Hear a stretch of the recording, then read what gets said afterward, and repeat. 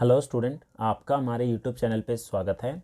आज के इस वीडियो में हम फर्स्ट टर्म के लिए मैथ्स के कुछ इंपॉर्टेंट क्वेश्चन करेंगे जो कि एग्ज़ाम के लिए मोस्ट इंपॉर्टेंट है। तो आइए स्टार्ट करते हैं अपने इस वीडियो को। तो पहला क्वेश्चन देखते हैं। तो इसमें बताना है हमें ये किसके बराबर आएगा। ठीक है, तो सबसे पहले आपको कुछ चीज़ों का पता होना चाहिए, जैसे कि अगर हमें बोला है कोई भी नंबर दे रखा है, जैसे कि मैंने ले लिया 5, इसका अगर स्क्वायर रूट होता, इस तरीके का सिंबल होता, तो इसका मतलब होता है 5 की पावर जो है वो 1/2 है। इसी तरीके से क्यूब रूट हो, मतलब यहाँ 3 लिखा हो और यहाँ 5 हो, तो ये होगा 5 की पावर जो है वो 1/3 है। और इसी तरीके से यहाँ पर कोई भी नंबर लिखा हो, जैसे कि 4 लिखा हो, ठीक है, तो 5 की पावर क्या हो जाएगी, 1/4 हो जाएगी। तो हमें यहाँ पर दिया हुआ है ऐसे, सबसे पहले दे रखा है यहाँ 4 लिखा है, फिर अंदर हमारे पास जो है यहाँ 3 लिखा है और फिर ये 2 का स्क्वायर लिखा है। तो अभी आपको पता लग गया है कि अगर हमारे पास स्क्वायर रूट दे रखा है, क्यूब रूट दे रखा है या इस तरीके से 4 लिखा हुआ है, तो उसकी पावर हम किस तरीके से लिखेंगे।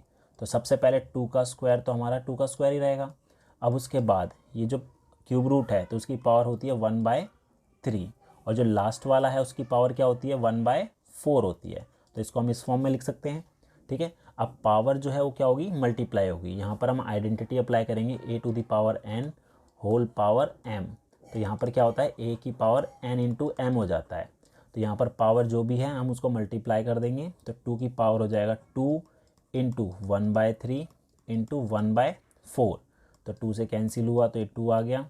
तो हमारे पास आंसर क्या होगा, 2 की पावर 2 इंटू 3 6, तो 1/6। तो इसका जो आंसर होगा वो होगा ऑप्शन नंबर सी।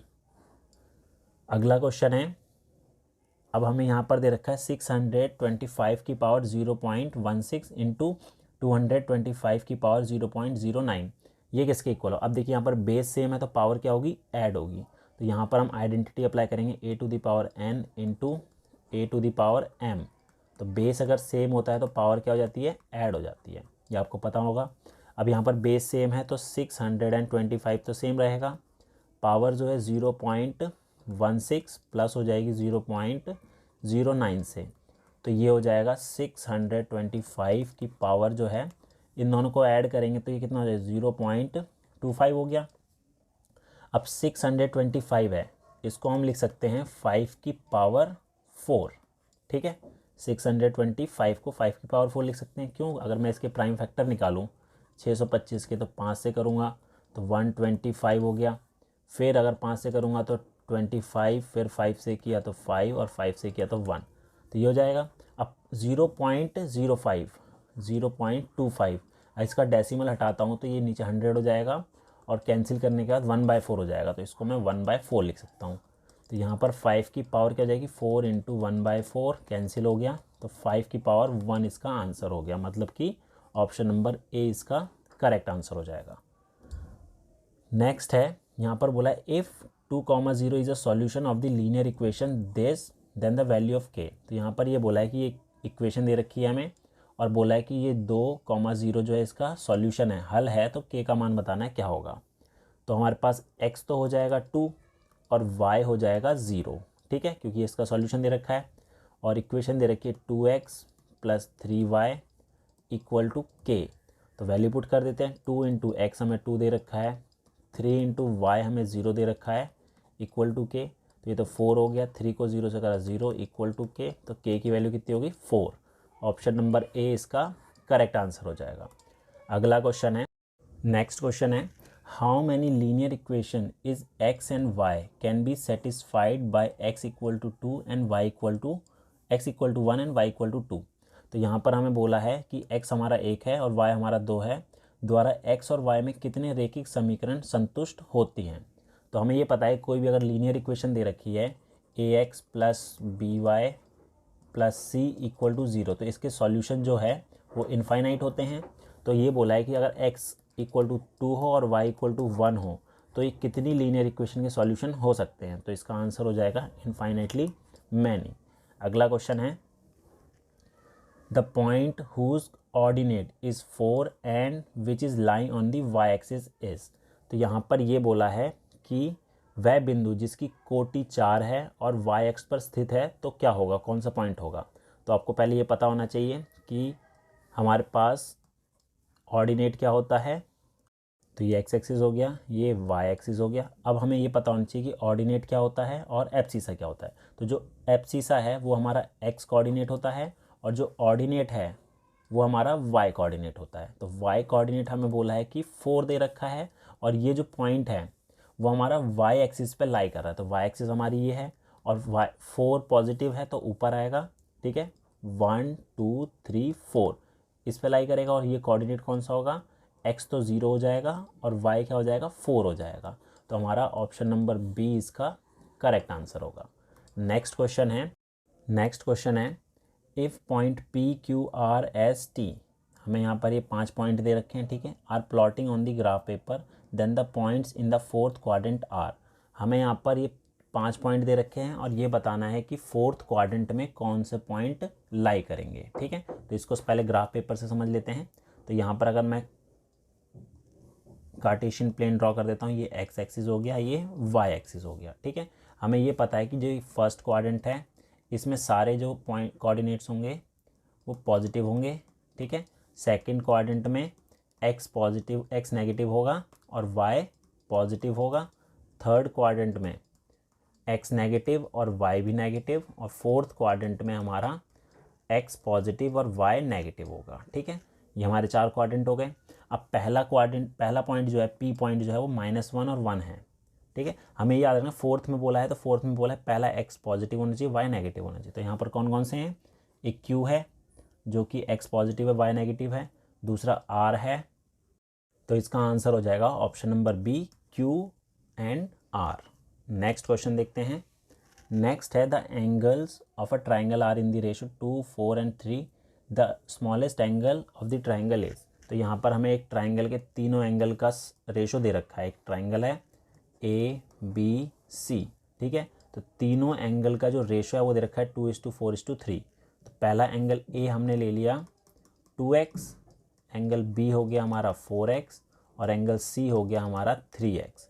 तो हमें ये पता है एंगल सम प्रॉपर्टी से कि तीनों एंगल का सम क्या होता है, 180 डिग्री होता है। तो A angle B angle C equal to 180। So 2x plus 4x plus 3x equal to 180। इसको ऐड करेंगे तो ये हमारा 9x हो गया इक्वल टू 180। तो x की वैल्यू कितनी होगी, 180 अपॉन में 9 कैंसिल किया तो ये कितना आ गया, 20 आ गया, ठीक है। x 20 आ गया। हमें पूछा है सबसे छोटा कोण कौन सा होगा। तो सबसे छोटा कोण हमारा a होगा जो कि 2x है। तो एंगल a हमारा है 2x जो कि इक्वल हो जाएगा 2 इंटू एक्स हमारा 20 है तो आ गया 40 डिग्री। तो ऑप्शन नंबर बी इसका करेक्ट आंसर होगा। नेक्स्ट क्वेश्चन है by the Heron's formula the area of triangle A B C is given by, ठीक है। तो हमें यहाँ पर बताना है कि हीरोन्स फार्मूला क्या होता है जिससे हम एरिया ऑफ ट्राइंगल निकालते हैं। तो हमें पता है कि जो एरिया ऑफ ट्राइंगल है, ठीक है, वो होता है हमारा under root s minus a s minus b और एस माइनस सी। तो ये इसका आंसर होगा, ठीक है। और एस क्या होता है, सेमी पेरीमीटर होता है, ए प्लस बी प्लस सी बाय 2 होता है, ठीक है। अगला क्वेश्चन देखते हैं। नेक्स्ट है the sides of a triangle are in the ratio 5:12:13 and its perimeter is 150 centimetre, the area of the triangle is.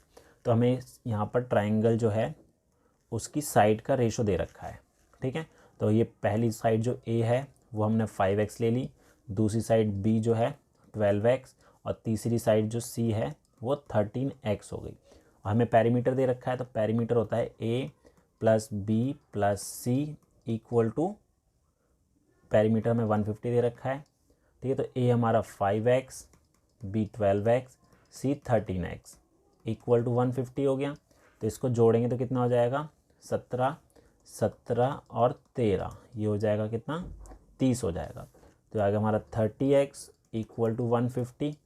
So x आ जाएगा 150 बाय 30 कैंसिल किया तो x की वैल्यू आ गई हमारे पास 5। x हमारे पास 5 आ गया है तो हम तीनों साइड निकाल सकते हैं अब। तो a तो हो जाएगा हमारा 5 इंटू x हमारा 5 है तो ये 25 हो गया। b हमारा हो जाएगा 12 इंटू 5 इक्वल टू 60 हो गया।